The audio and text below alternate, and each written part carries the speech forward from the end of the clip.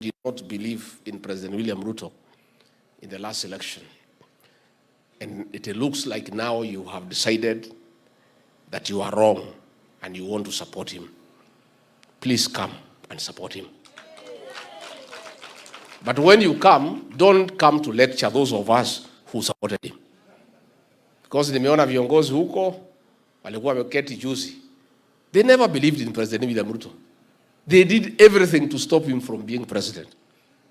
Now that they think he is a good president and he should be supported, they want to lecture us on how to support President William Ruto. Please, kujeni polepole. Si ndio? Kujeni polepole.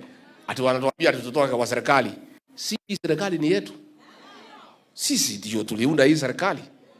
From this region, we put 47% of our vote. Then you muko pale mumekutana wabunge mkitetea mtu wenu, which is okay. Mnaanza kutuambia sisi tutoke. Serikali yetu mnatuambia tutoke na nyinyi mmekuja juzi. Si wamekuja juzi? Kujeni polepole. Come and understand us.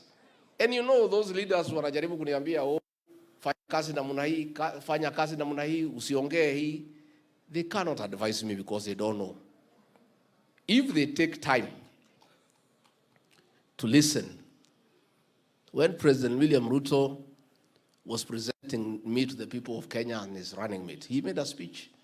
He said the man I have chosen is passionate about people issues.